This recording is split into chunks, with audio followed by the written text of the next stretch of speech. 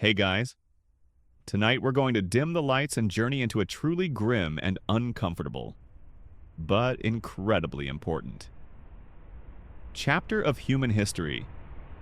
We're going to step into the dark, grimy, and desperately overcrowded world of the Industrial Revolution slums and explore the absolutely horrifying diseases that thrived there. Imagine, if you will, the bustling, smoky streets of a 19th century industrial city like London or Manchester. You hear the ceaseless clatter of factory machinery, the shouts of street vendors, and the rumble of horse-drawn carts. But beneath that cacophony, there's a deeper, more unsettling layer: the pervasive stench of sewage, the damp chill in the air, and the hacking coughs echoing from every overcrowded tenement. This wasn't just an unpleasant place to live, it was a deadly one for millions. The promise of work in the burgeoning factories drew them from the countryside into these rapidly expanding urban centers. But what they found was a nightmare of filth, poverty, and disease that was almost unimaginable. You probably wouldn't survive a single month living in one of these slums. The unsanitary conditions, the lack of clean water, the constant exposure to illness, it was a biological battlefield. You'd be lucky to reach adulthood, and even then, your body would likely be ravaged by repeated bouts of sickness. This was a brutal, relentless fight for survival against invisible enemies, where death was a constant, unwelcome neighbor. So, before you get comfortable, take a moment to like the video and subscribe, but only if you genuinely enjoy what I do here. It truly helps this little corner of the internet grow, and it lets me know these sleepy historical deep dives are finding their audience. And if you're feeling up to it, drop a comment below and let me know where you're listening from tonight, and what time it is for you. It's always fascinating to see how far these stories travel. Now, dim the lights, maybe turn on a fan for that soft background hum, and let's ease into tonight's journey together. You find yourself standing on a narrow, cobbled street, slick with a perpetual film of grime. The sky above is a perpetual haze of factory smoke, filtering the sunlight into a weak, sickly glow. On either side, towering, dilapidated tenement buildings lean precariously, their windows dark, their brickwork stained with soot and damp. This is the heart of an Industrial Revolution slum, a place where human beings were packed together in conditions that defy belief, forming a dark, festering underbelly to the booming industrial cities. The first thing that assaults your senses is the smell. It's a thick, overwhelming stench of human waste, rotting refuse, coal smoke, and unwashed bodies. There's no proper sewage system in many of these areas. Or if there is, it's rudimentary and constantly overflowing. Raw sewage often runs openly in gutters or accumulates in cesspits and cramped courtyards. Imagine stepping carefully, trying to avoid puddles that are definitely not just rainwater. This pervasive filth was not just unpleasant, it was a breeding ground for every kind of pathogen imaginable. Then there's the overcrowding. These tenements were built quickly and cheaply to house the massive influx of rural workers seeking employment in the factories. Rooms, often no larger than a modern-day closet, would house entire families' parents, children, sometimes even extended relatives or lodgers all crammed together in a single space. Imagine sharing a tiny room with a dozen other people, sleeping side by side on straw mattresses, the air heavy with the smell of stale breath and damp clothing. Personal space was a luxury few could afford, and privacy was almost non-existent. This extreme density meant that disease, once introduced, spread like wildfire. If one person fell ill, it was almost guaranteed that everyone else in the room, then the building, then the street, would soon follow. There was no concept of quarantine, no way to isolate the sick. The very structure of slum living was an accelerator for epidemics. Historians widely agree that rapid, unplanned urbanization during the Industrial Revolution, coupled with a lack of understanding of germ theory, created unprecedented public health crises in European and North American cities. This rapid demographic shift overwhelmed existing infrastructure and sanitation practices. The lack of clean water was perhaps the most critical factor. Water was often drawn from communal pumps or wells, which were frequently contaminated by overflowing cesspits, leaky sewers, or industrial waste. Imagine drawing water for drinking, cooking, and washing from a pump right next to an open drain flowing with human excrement. Every sip was a gamble with death, beyond the water. The general lack of sanitation was horrifying. Refuse disposal was minimal. Trash and food waste were often simply thrown into the streets or piled in courtyards, attracting rats, flies, and other vermin that acted as vectors for disease. Imagine rats scuttling through the piles of garbage just outside your door.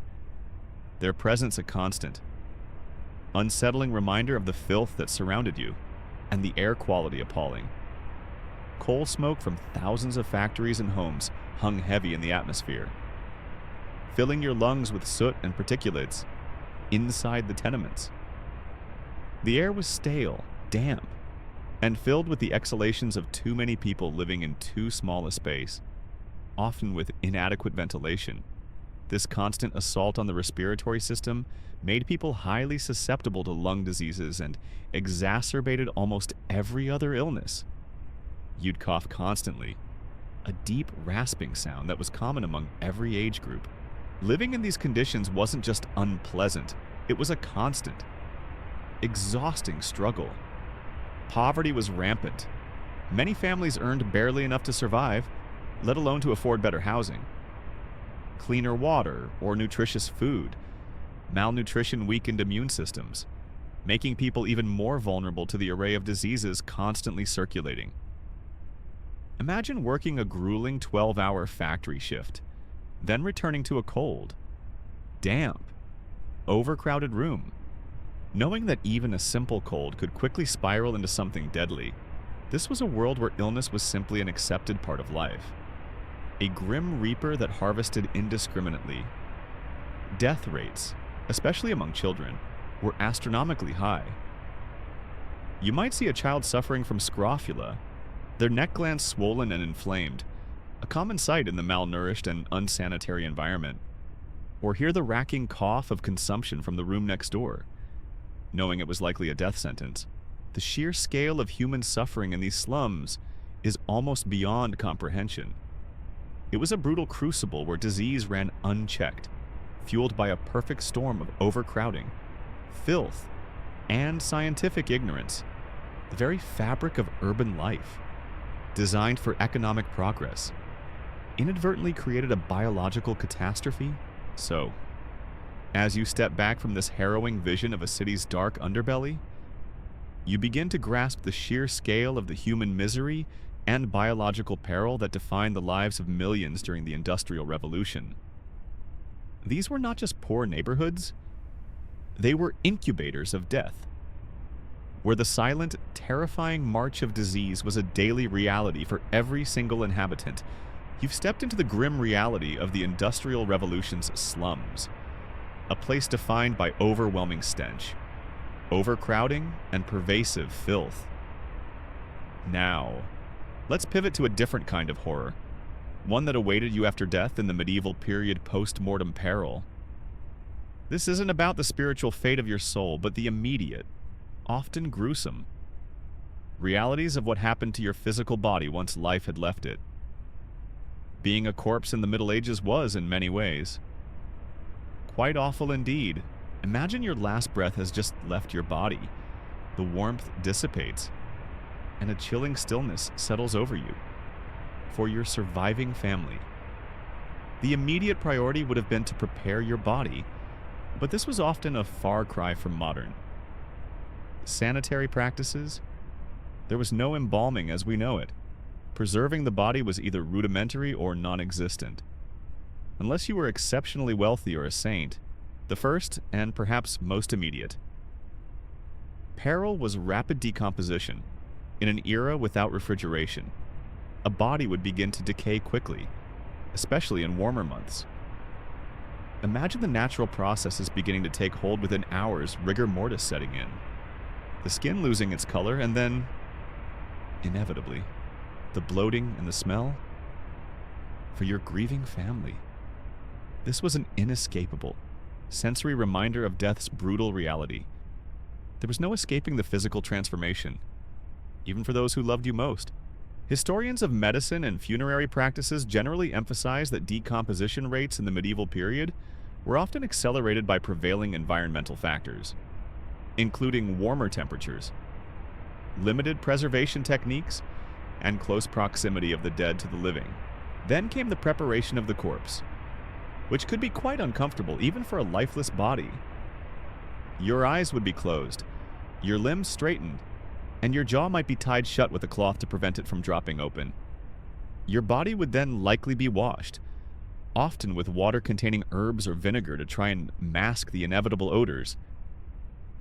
Imagine being handled, manipulated, and dressed for your final journey, all while your body stiffened and cooled. This was often done by family members or designated death women, a somber and intimate act, but certainly not a gentle one for the deceased. For those of even modest means, a shroud, a simple linen or woolen cloth would be wrapped around your body. For the wealthier, you might be dressed in your finest clothes, perhaps even adorned with jewelry or insignia of your status. However, a coffin, as we understand it today, was a luxury. Many, especially the poor, would simply be wrapped in their shroud and carried directly to the grave. Imagine the lack of protection for your body, with only a thin layer of cloth separating it from the cold earth, a particularly grim, yet common. Detail was the need for quick burial, due to decomposition and the lack of sanitation. Bodies had to be interred very soon after death, often within 24 to 48 hours. This meant that grief was often rushed, and the final farewells were hurried by necessity. You wouldn't linger for days, contemplating a grand funeral. The practical realities of a decaying corpse dictated a swift dispatch to the grave. This haste added to the post-mortem peril, as less care might be taken, and the body less protected. The sheer vulnerability of the body after death was also a significant concern. Without the protection of a sturdy coffin or a sealed vault, your corpse was exposed to the elements, to the curious gaze of animals, and, potentially, to the activities of those who might dig in the churchyard. This wasn't just about physical disturbance, it was deeply linked to spiritual anxieties about the unquiet dead or desecration.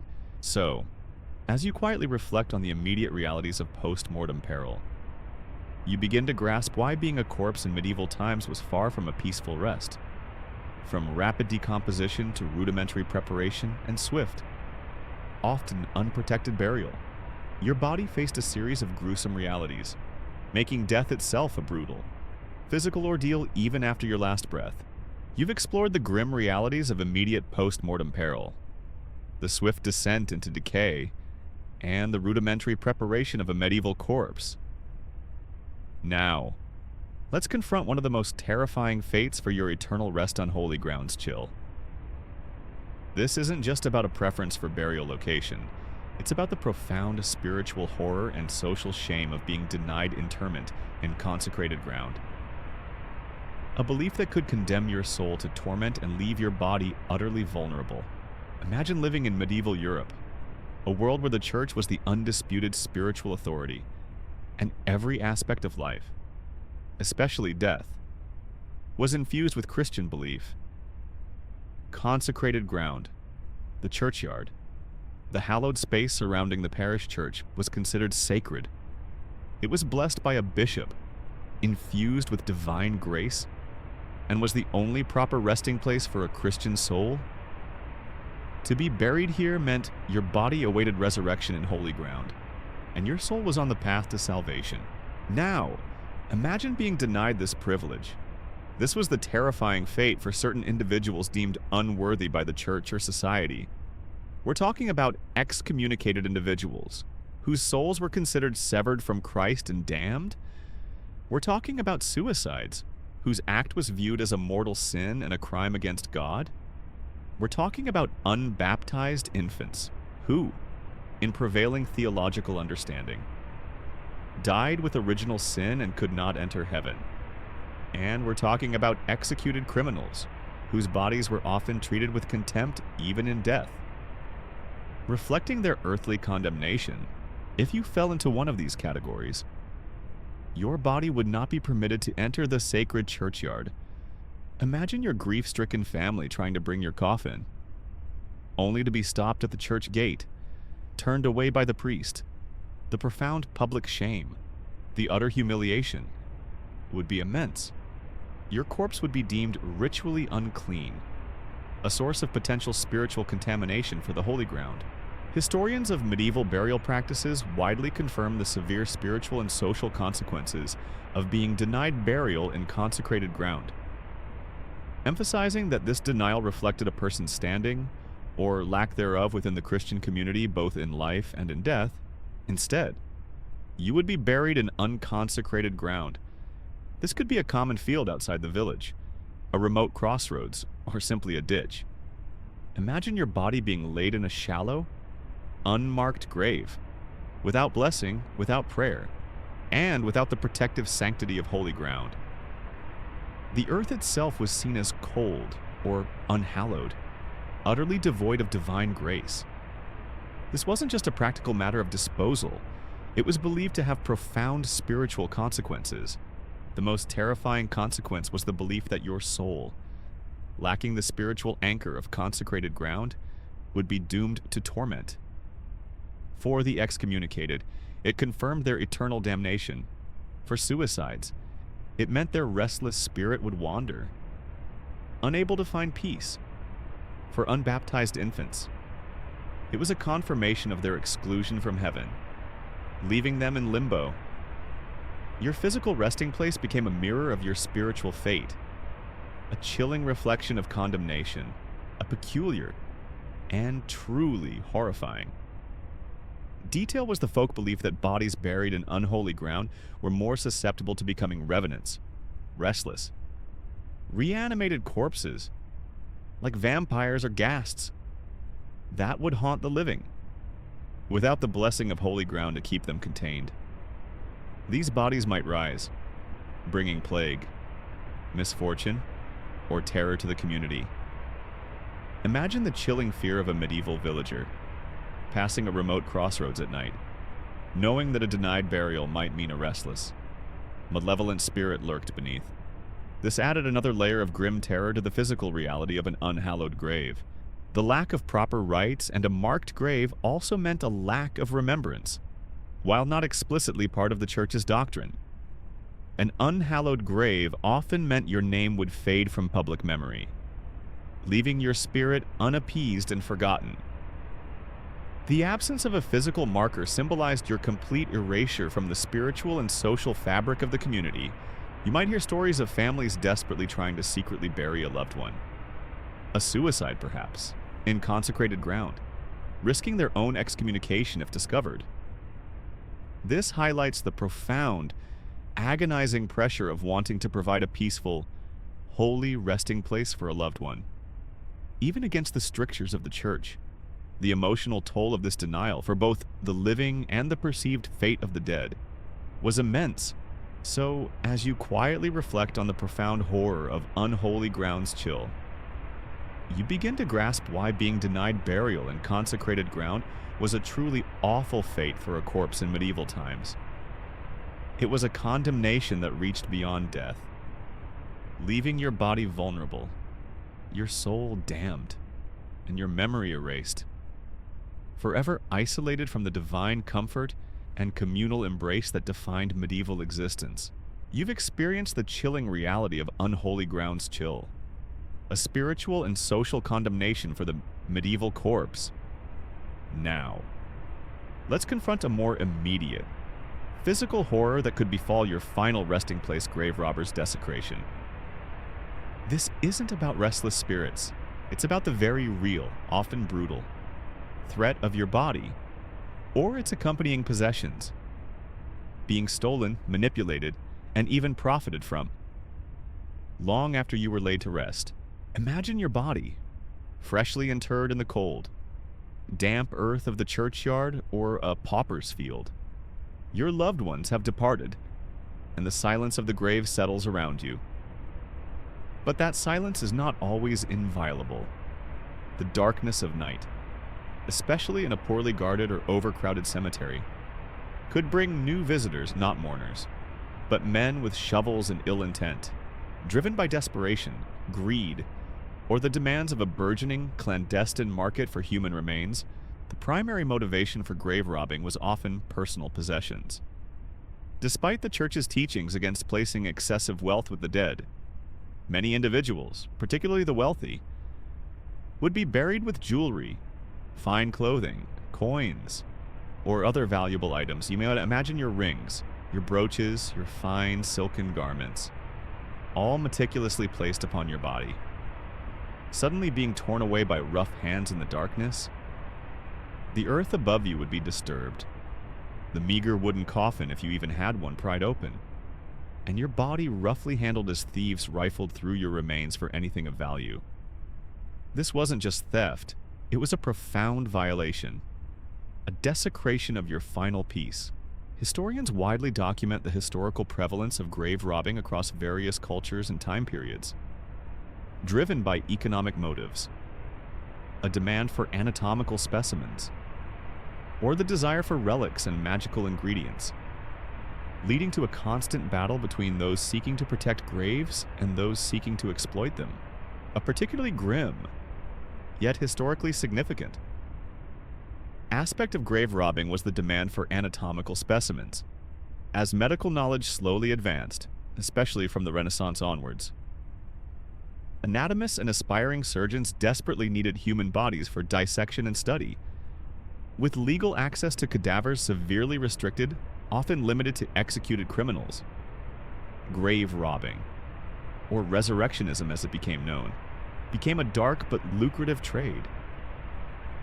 Imagine your body, perhaps just a few days or weeks after burial, being dug up, unceremoniously stuffed into a sack, and transported to a dimly lit anatomy theater, destined to be cut open by curious students. Your final resting place was merely a temporary holding cell before becoming a macabre classroom exhibit.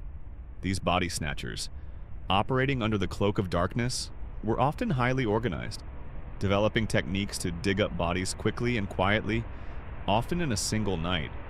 They would recover the grave to avoid detection, but the telltale signs of disturbed earth might remain. Imagine the horror of your surviving family visiting your grave, only to find it subtly disturbed, the dreadful suspicion dawning that your loved one's body was no longer there. The emotional devastation would be immense. Compounding their grief with a profound sense of violation and helplessness, the fear of grave robbing influenced funerary practices.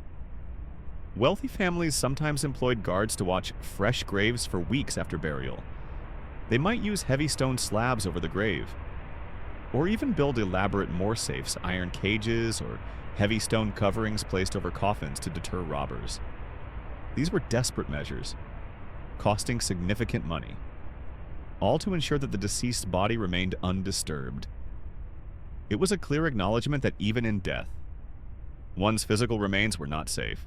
A peculiar, yet chilling detail was the occasional targeting of bodies with specific physical traits. For anatomists, a body that died of a particular disease might be highly sought after for study, for less savory purposes. Certain body parts from individuals who died in specific ways, hanging, were believed to possess magical properties, further increasing the risk of desecration for those unfortunate enough to fit the criteria. Your very corpse, in some twisted logic, could become a commodity. The legal consequences for grave robbers, if caught, could be severe, reflecting the societal abhorrence for the act. But the clandestine nature of the trade meant that many operated with impunity, particularly in overcrowded urban churchyards where supervision was minimal. The demand for bodies, particularly from thriving medical schools, often outstripped the supply of legal cadavers, creating a perpetual black market for the dead.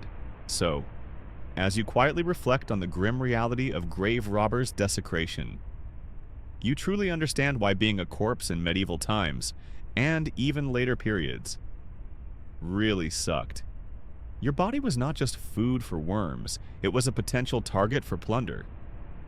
Scientific exploitation, or even macabre magical purposes, leaving your final rest disturbed and your memory violated, a chilling testament to the brutal realities that extended beyond life itself. You've experienced the chilling reality of grave robbers' desecration, a physical violation that disturbed the peace of the dead. Now, let's confront an equally unsettling, though often legitimate, post-mortem fate dissections unveiling.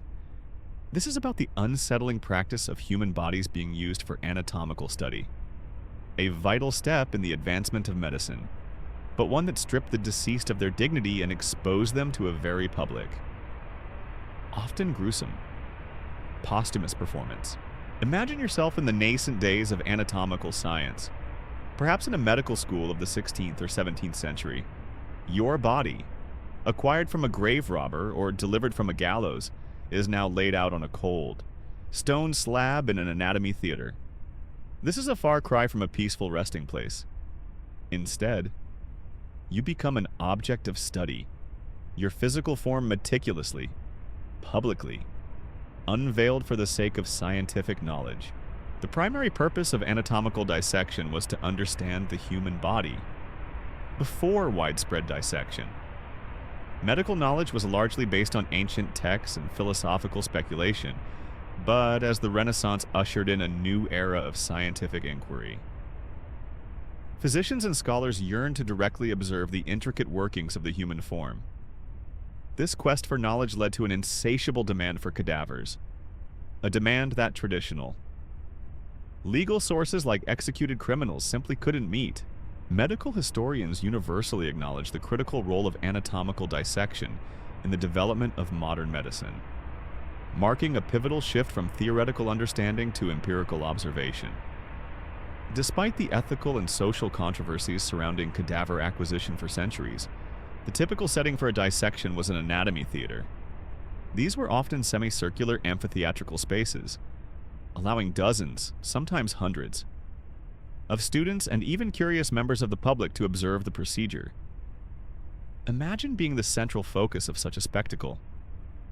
Students would lean forward, eager to learn, while a master anatomist, perhaps a figure like Andreas Vesalius, meticulously cut and explored, describing each muscle, organ, and bone in detail.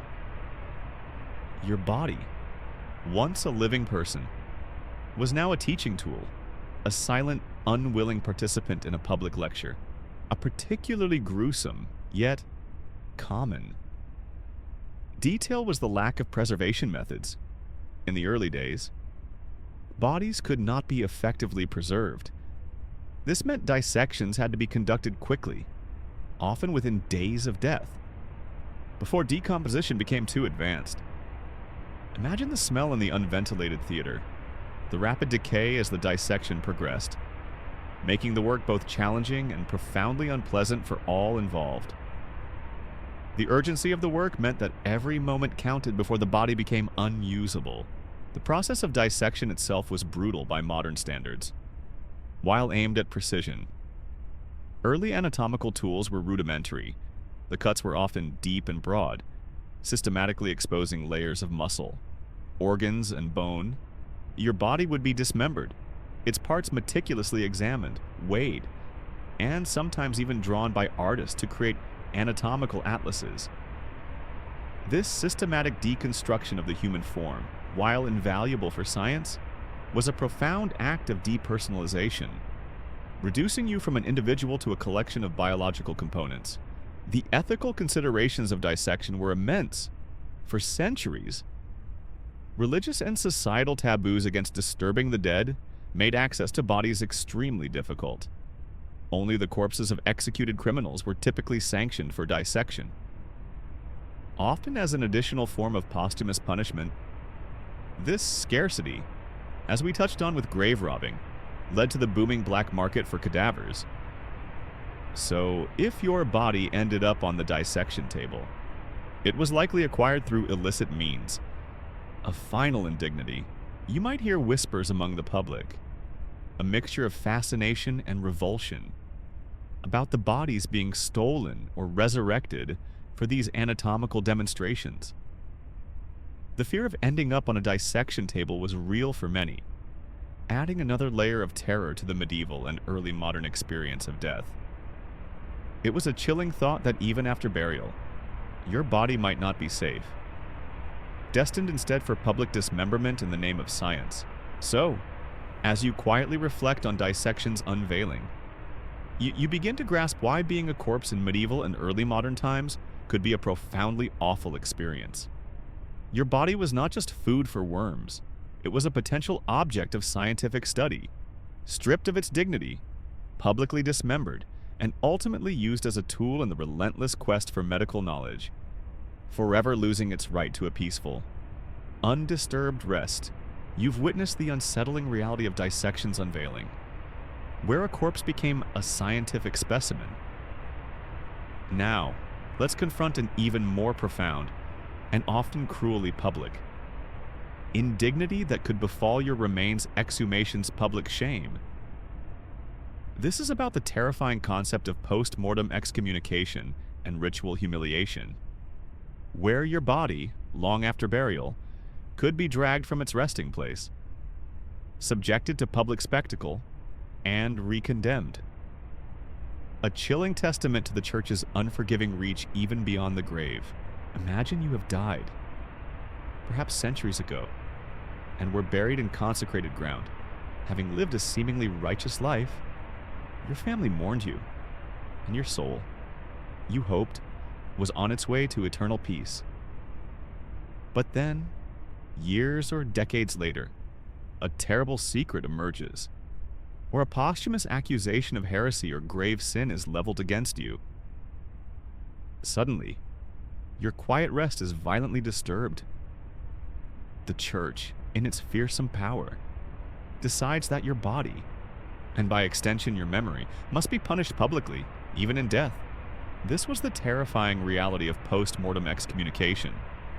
If it was discovered that a deceased person had committed a grave sin, such as heresy, witchcraft, or profound defiance of the Church, but died before being formally excommunicated in life, the Church could, in extreme cases, order their remains to be exhumed. This wasn't just about moving a body, it was a ritual of public condemnation, designed to terrify the living and assert the Church's absolute authority over both life and death. Historians of medieval and early modern religious practice document the rare but symbolically powerful instances of post-mortem excommunication, emphasizing their role as public deterrence and reaffirmation of Church authority, particularly in cases involving heresy or major political defiance. Imagine the scene: your grave, perhaps marked by a simple wooden cross or a worn stone slab, is violently dug up. Your coffin, if you had one, is pried open, exposing your decaying or skeletal remains to the harsh light of day. This act itself was a profound violation, a brutal stripping away of the peace you were believed to have found. The very act of disturbing the sanctity of the grave sent a shiver of dread through any observer. Then would come the ritual humiliation.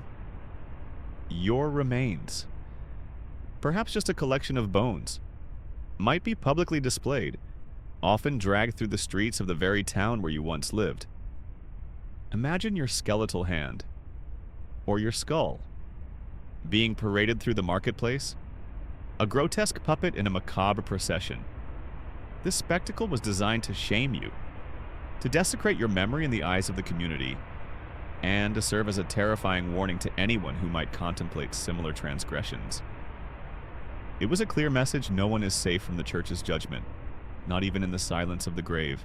The ultimate indignity would be the reinterment in unconsecrated ground.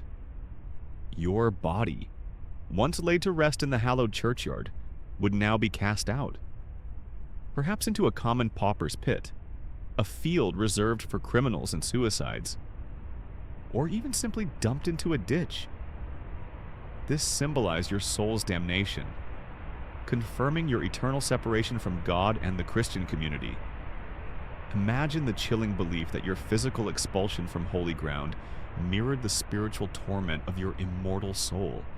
It's a spiritual double jeopardy, reaching beyond the ultimate threshold of life, a peculiar, yet historically documented. Detail is the symbolic trial that sometimes preceded these posthumous punishments. Though the accused was dead, a formal proceeding might take place, with accusations read aloud and a verdict rendered, formally cementing your guilt before your remains were subjected to public ignominy. This theatricality reinforced the Church's legal and moral authority, demonstrating its power to judge even the long departed. The psychological impact on your surviving family would be immense. To witness the public desecration of a loved one's grave, to see their remains humiliated, and to believe their soul was eternally damned due to this post-mortem condemnation, would inflict profound grief, shame, and terror. They would live with the chilling knowledge that even their dead were not safe from the Church's wrath. So, as you quietly reflect on the harrowing reality of exhumation's public shame, you truly understand why being a corpse in medieval times could be so profoundly awful. Your body was not just food for worms, it was a potential subject of posthumous punishment. Stripped of its dignity, publicly humiliated, and recondemned by the highest spiritual authority. A chilling reminder of the Church's unforgiving reach beyond the grave. You've witnessed the terrifying reality of exhumation's public shame, where a corpse could face posthumous condemnation. Now, let's explore another, often less macabre but equally significant. Fate for your remains the insatiable demand of relic hunters. This is about how your body, particularly if you were a revered saint or even just died in a holy place, could be fragmented, distributed, and venerated across continents, becoming a source of immense spiritual power and devotion long after your earthly life had ended. Imagine dying in medieval Europe, perhaps as a devout cleric, a martyr during a local persecution, or even just a humble pilgrim who passed away near a holy site. Your death, for most, would mean burial in a local churchyard. But for some, particularly those believed to possess extraordinary piety or who died under exceptional circumstances, their physical remains could take on a new, profound significance. They could become holy relics. The demand for relics in the Middle Ages was immense. Relics were believed to be conduits of divine grace, possessing miraculous healing powers, offering protection, or providing a tangible link to the saints and, by extension, to God Himself. Every church, every monastery, every powerful lord desired relics for their altars, their chapels, and their personal collections. The more famous the saint, the greater the demand for their remains. Historians of medieval Christianity extensively document the widespread veneration of relics, highlighting their central role in popular piety, pilgrimage, and the economic and political power of ecclesiastical institutions.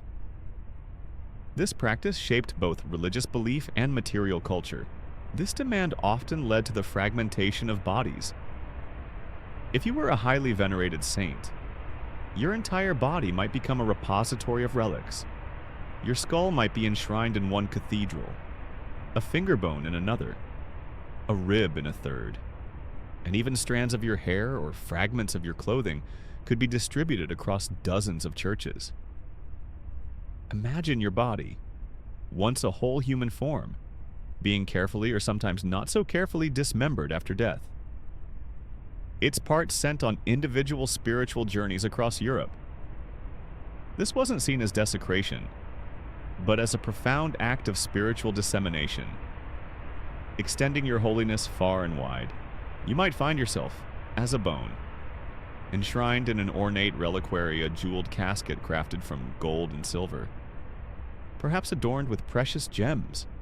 Imagine your skeletal finger, once guiding a prayer, now encased in shimmering gold, displayed for pilgrims to kiss and venerate. This elevation from mere bone to sacred object was a testament to the profound belief in your enduring spiritual power. A bizarre yet reverent transformation. The acquisition of relics often involved elaborate processes. Sometimes, it was a formal translation, the solemn moving of a saint's remains from a tomb to a grand new shrine.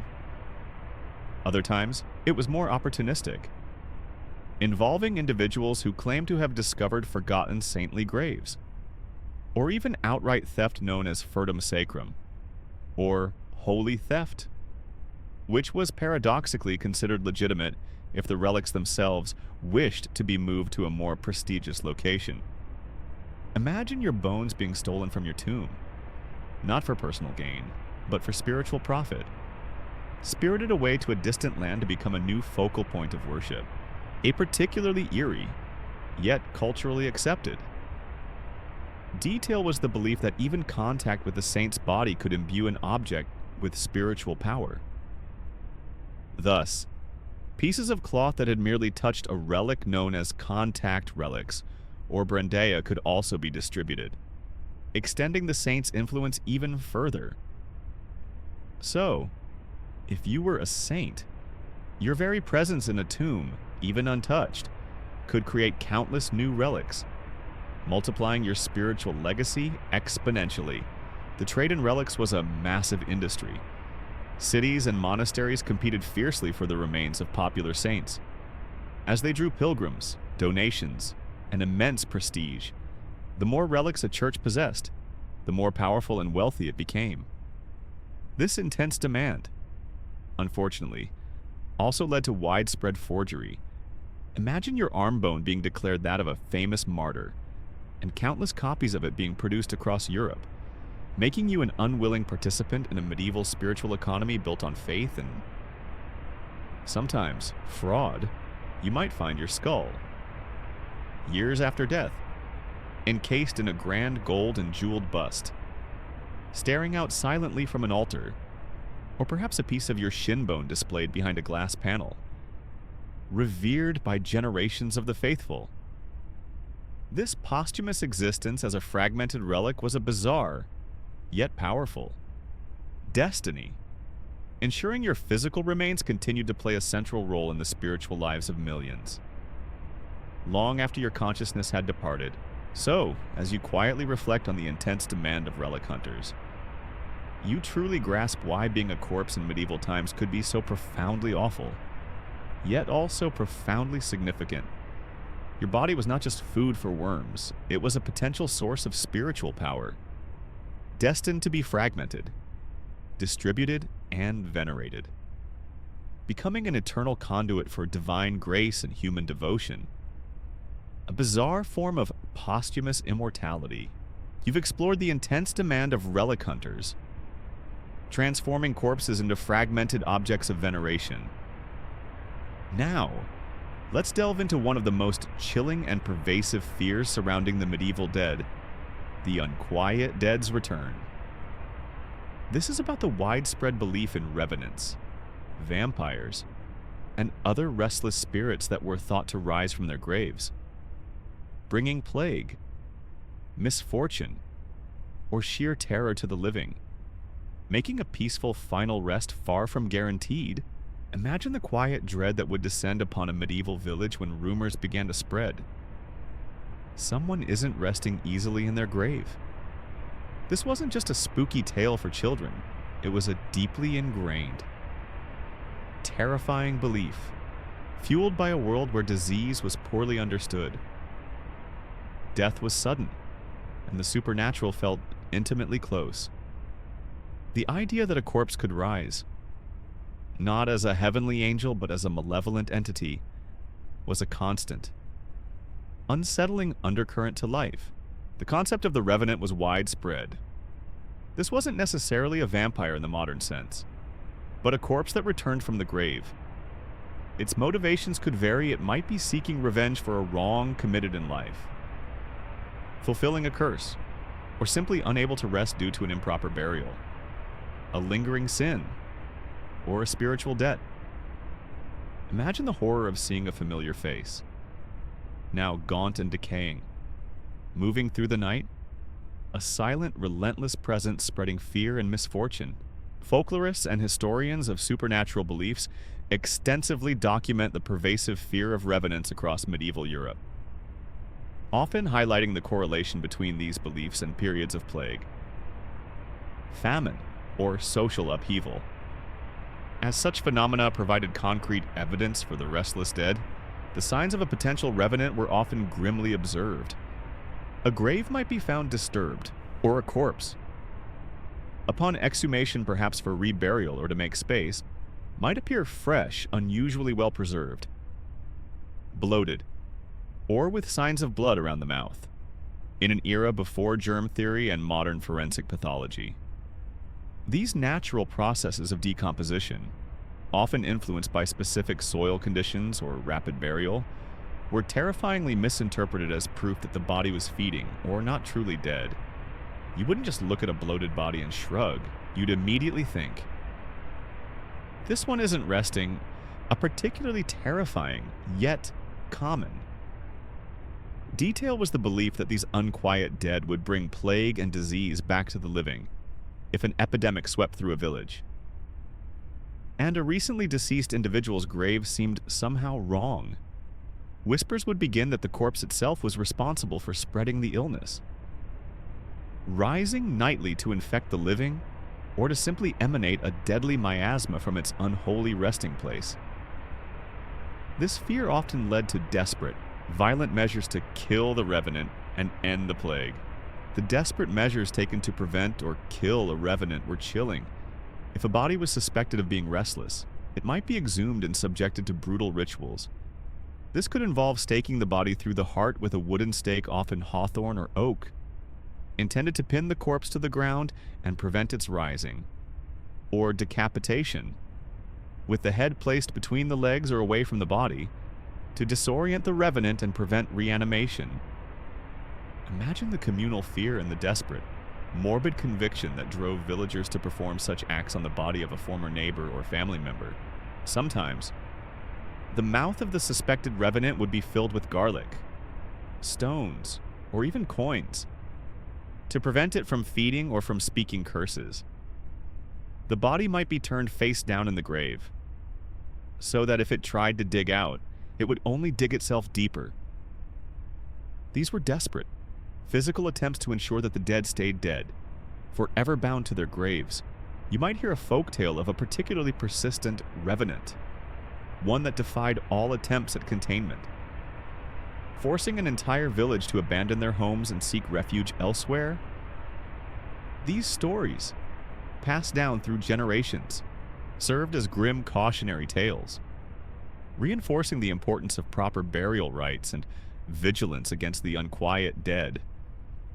The fear was pervasive, shaping funerary customs and local folklore. The concept of the vampire, while evolving over time, has its roots in these medieval fears of the revenant. The idea of a blood-drinking corpse, rising from its grave to feed on the living, tapped into the deepest anxieties about death, contamination, and the violation of the natural order.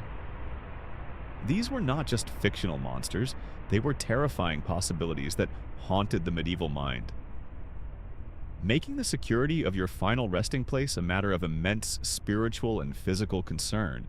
So, as you quietly reflect on the unquiet dead's return, you truly grasp why being a corpse in medieval times really sucked.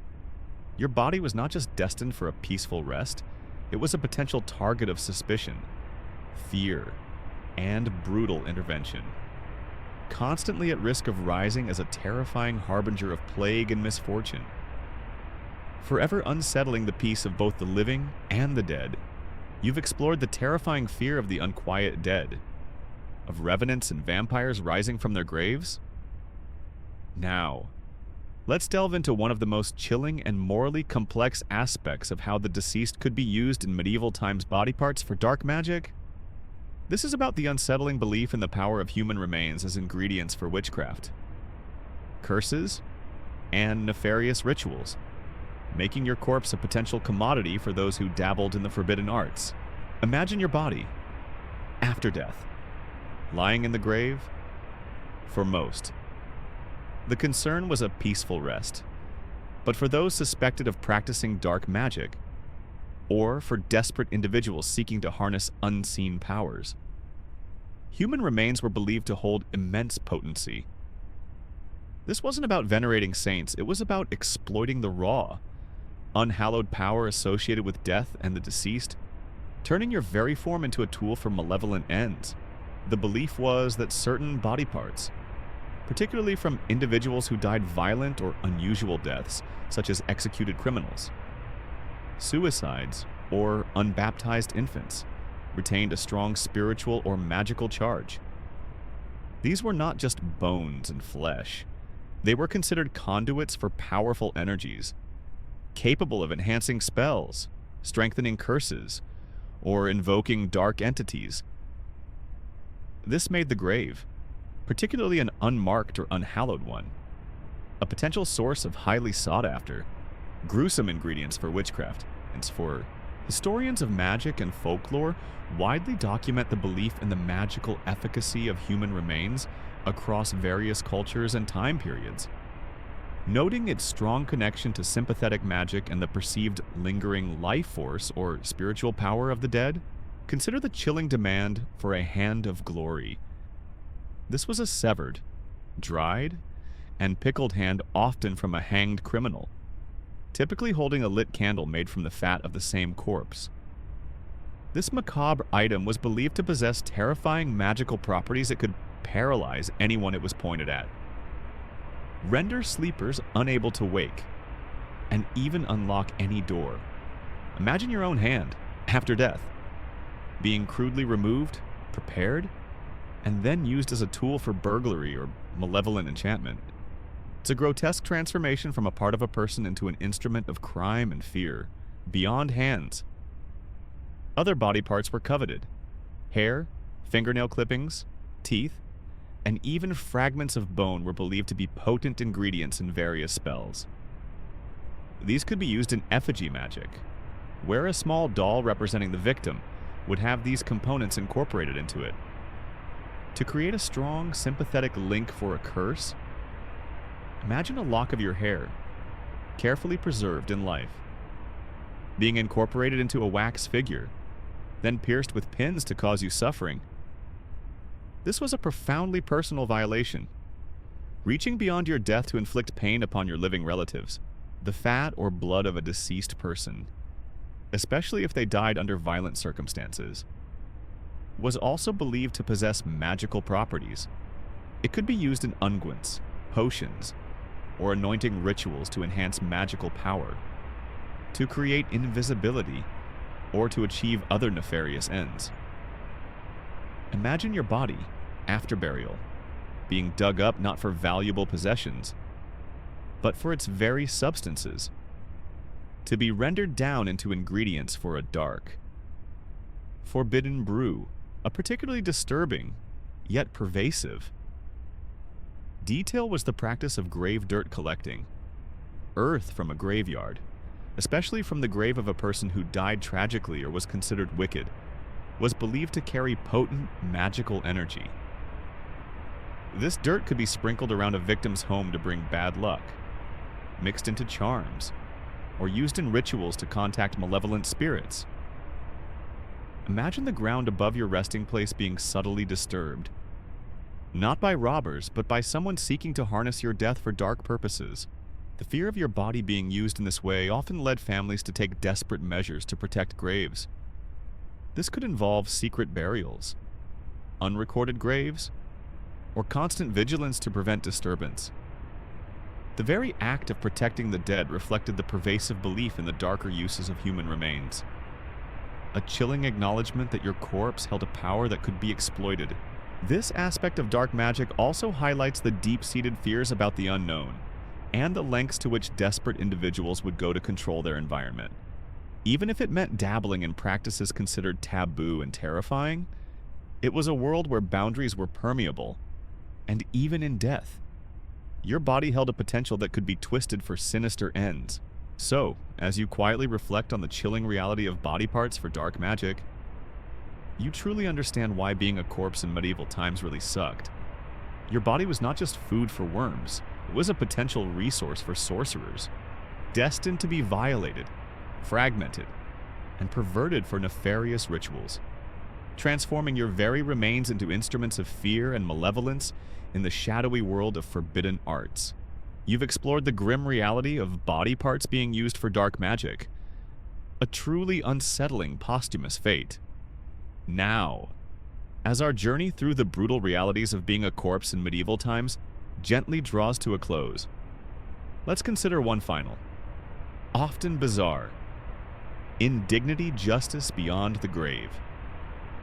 This is about the chilling practice of posthumous trials and punishments, where the deceased, sometimes years after their death, could be put on trial, formally condemned, and even physically punished. A terrifying assertion of earthly law reaching beyond the ultimate threshold of life. Imagine you have died. Perhaps centuries ago, you lie buried in your grave, your body long turned to dust or bones. But then, for some reason, your past actions, or alleged crimes, come under scrutiny. Perhaps you were suspected of treason, heresy, witchcraft, or some other grave offense that was either unknown at the time of your death or could not be proven. Suddenly, your quiet rest is violently disturbed, as the authorities decide that even death cannot protect you from earthly justice. This was the unsettling reality of a posthumous trial. While rare, there are documented historical cases, particularly in medieval and early modern Europe, where individuals were formally tried after their death. This wasn't just a symbolic gesture, it was a full legal proceeding, with accusations read. Evidence presented, however flimsy, and a verdict delivered, often by ecclesiastical or secular courts. Imagine your long-dead self being represented by an advocate, or worse, being tried in absentia, unable to defend your name against charges that had no living accuser. Historians widely consider posthumous trials to be symbolic acts, primarily serving the purpose of shaming the deceased's family, discrediting their legacy, or legally confiscating their property. Rather than genuinely seeking justice for the dead, this highlights their socio-political function. The most infamous example is the Cadaver Synod of 897 AD, where Pope Formosus, who had been dead for 9 months, was exhumed, dressed in papal vestments, propped up on a throne, and put on trial for various alleged canonical violations. Imagine the grotesque spectacle: a decaying corpse, silently arraigned, while a zealous prosecutor shouted accusations. Unsurprisingly, he was found guilty. This was less about justice for Formosus, and more about discrediting his legacy and political enemies. A chilling demonstration of power reaching into the grave. The consequences of a posthumous conviction were severe and aimed at both your memory and your descendants. If found guilty, your will could be declared null and void, and your property could be confiscated. Disinheriting your family. Imagine the devastating impact on your living relatives, who might suddenly find themselves dispossessed, their livelihoods destroyed because of a judgment against a long-dead ancestor. This made the practice a powerful tool for political rivals or greedy authorities. Then came the posthumous punishment, a truly macabre display. Your remains, perhaps just a skeleton, might be dragged through the streets, subjected to public humiliation. As a warning to the living, imagine your bones being paraded through the town square, spat upon and reviled, your name publicly condemned. This was a brutal way to discredit your legacy, to erase your honor, and to ensure that your memory was forever associated with infamy. It's the ultimate public shaming. Played out on the stage of death, the ultimate physical punishment for a posthumously condemned individual was often the denial of Christian burial in consecrated ground, or, if already buried there, exhumation and reburial in unhallowed ground. As we discussed in Unholy Grounds Chill, this was a spiritual death sentence, believed to condemn your soul to eternal torment. For those found guilty of heresy or treason, their remains might even be burned and scattered, ensuring no tangible trace of their existence remained, a literal annihilation of their memory. A peculiar, yet historically significant, detail is how some posthumous trials involved animals. In medieval Europe, animals were sometimes put on trial for perceived crimes, like a pig for killing a child, and, if found guilty, executed, while distinct from human posthumous trials. These events highlight a fascinating period where legal and moral frameworks stretched to encompass all perceived transgressions. Regardless of whether the accused was living or merely animal, you might hear whispers of a family whose ancestor was posthumously tried, forever branding them with a stigma that transcended generations. The shadow of that long-ago judgment would cling to their name, affecting their social standing, their marriage prospects, and their place in the community. A persistent reminder that justice, however bizarre, could indeed reach beyond the grave. So, as you quietly reflect on justice beyond the grave, you truly understand why being a corpse in medieval times could be so profoundly awful. Your body was not just food for worms, it was a potential subject of posthumous trial and punishment. Stripped of its dignity, publicly humiliated, and condemned even in death.